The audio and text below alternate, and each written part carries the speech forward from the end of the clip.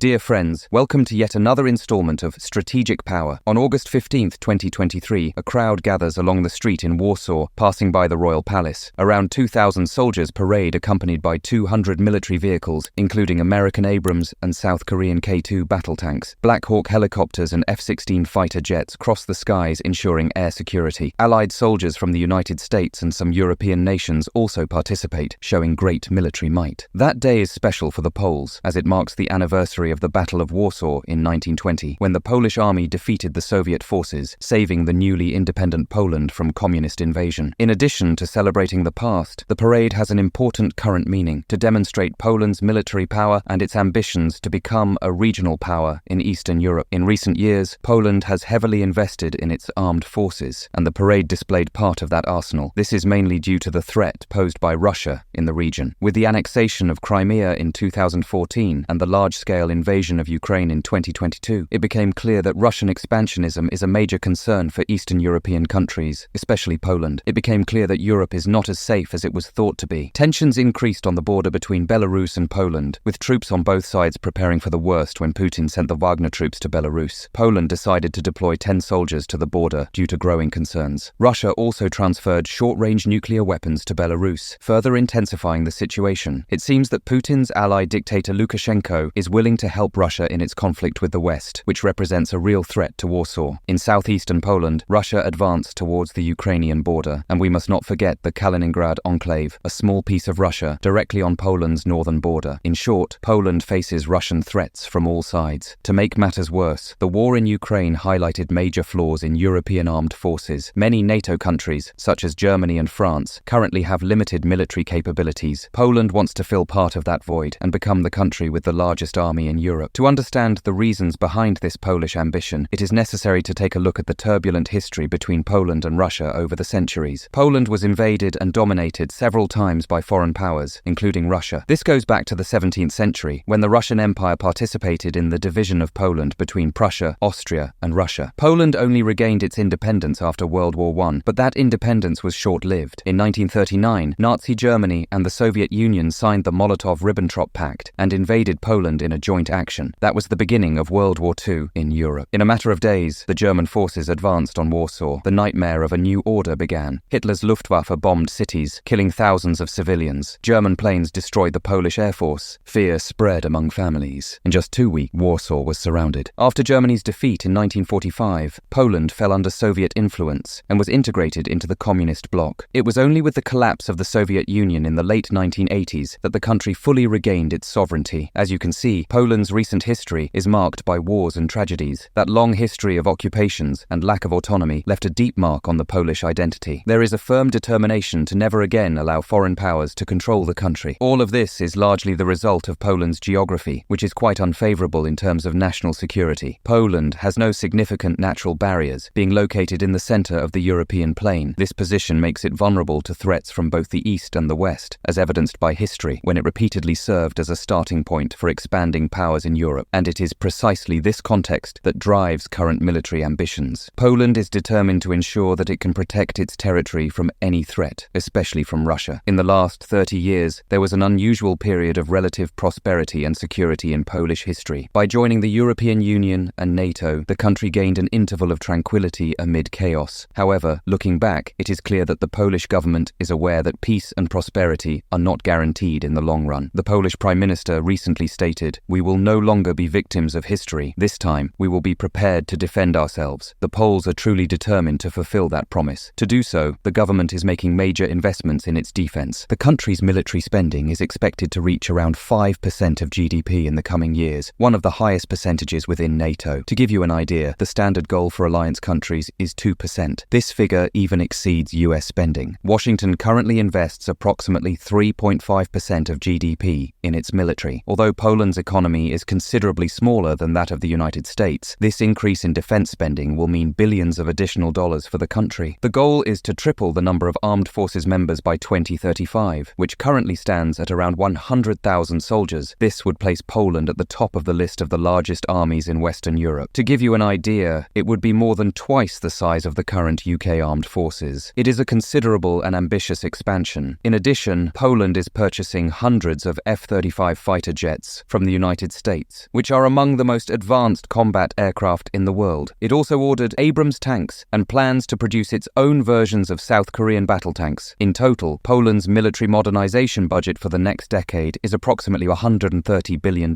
It is a significant amount for a modest-sized country, but its main objective is to establish a strong stance in relation to Russia. However, Polish ambitions go beyond mere defense. There is clearly a broader geopolitical project at play. Poland aspires to become the main military power in Eastern Europe and the main US ally in the region. This would expand its political and economic influence. In addition, the country leads the 3Cs initiative, which seeks greater integration between 12 Central and Eastern European countries, and a robust army would give Poland more weight in that endeavor. Some analysts view these Polish ambitions with caution, fearing they could trigger a new arms race in Eastern Europe, intensifying tensions with Russia. On the other hand, the United States seems to support Polish efforts, since a stronger ally in the region is in its interest given the Russian and Chinese threats. We are witnessing a significant reshaping of power in Eastern Europe driven by the Russian threat. Poland clearly seeks to play a central role in this new context. As we can see, the recent military parade in Warsaw, with all its war arsenal, conveyed a clear message about Poland's ambition to become a regional power. It remains to be seen whether that project will be successful and how it will impact the geopolitical dynamics in Eastern Europe in the coming years. It is a situation that we will continue to closely monitor. Share in the comments your opinion on Poland's military ambitions. Don't forget to subscribe to the channel to receive more videos every week. Big hug, and until next time.